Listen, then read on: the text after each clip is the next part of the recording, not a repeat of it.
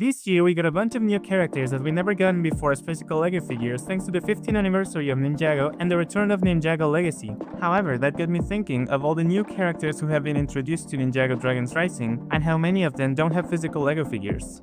So today I want to go over the Ninjago Dragons Rising characters that I think deserve a physical LEGO figure. I think the first character who needs a LEGO figure is Alfonso Frohiki. He's the new keeper of the monastery.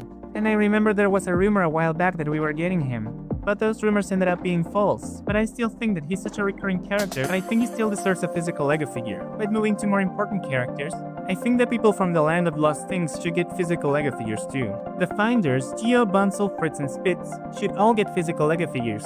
Geo and Bunzel especially, since they have been the most prominent characters. Besides, the whole appeal of Dragons Rising is that since all realms are merged, there are so many different creatures around, but that diversity is not reflected in the sets, where we usually only get humans, and rarely ever get other creatures.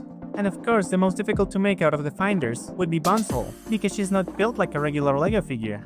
Which is a shame because that means that she's probably the least likely to get a LEGO figure, since LEGO would have to make a bunch of new pieces just to make her. But she's such a good character that I wish LEGO could find a way to incorporate her into the sets. Other characters who should get LEGO figures are characters like Arakor and Gandalaria. Even though they're not very prominent characters, I think they've had a lot of importance in the story, and I think they deserve a LEGO figure.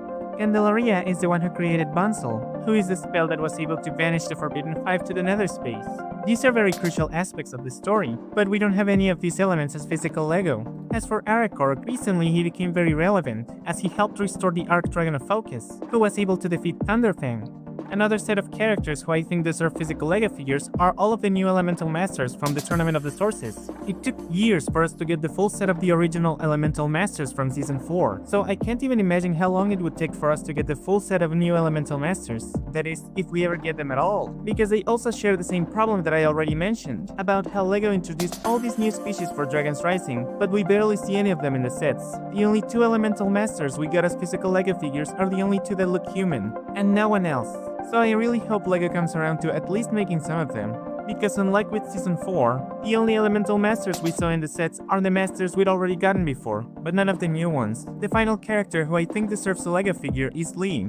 He's basically the main villain of Season 3 Part 2. He's the one who's been hiding Aaron's parents, which is a pretty important plot point of the show. And I think out of all the characters that I've mentioned in this video, Lee would be the easiest one to make. He's purposefully designed to look like a generic guy, so LEGO wouldn't have to make anything crazy to make him, compared to some of the other characters I've mentioned. He could even pass as a generic citizen, because he's purposefully designed to look that way, and if you get multiples of him, that wouldn't even be a problem, because that's kind of his entire character. And I just wanted to mention Fugitive too. Many people don't like him, and he's not that relevant, nor is he a new character, but I just wanted to mention him.